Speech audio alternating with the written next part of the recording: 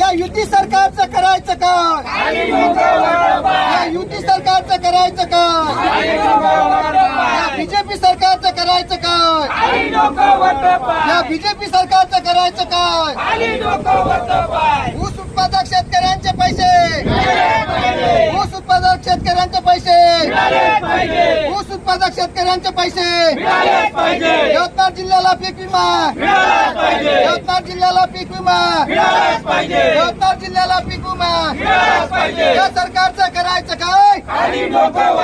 हा प्रश्न विधिमंडळात सुद्धा मांडलेला आहे, पण सरकारनं याची दखल न घेता हा जिल्हा पूर्णतः वंचित ठेवलेला आहे. तर आमची मागणी अशी आहे का हा जिल्हा पुन्हा त्याच्यात समाविष्ट करून या आत्महत्याग्रस्त जिल्ह्याला न्याय द्यावा एवढीच माझी सरकारला विनंती आहे.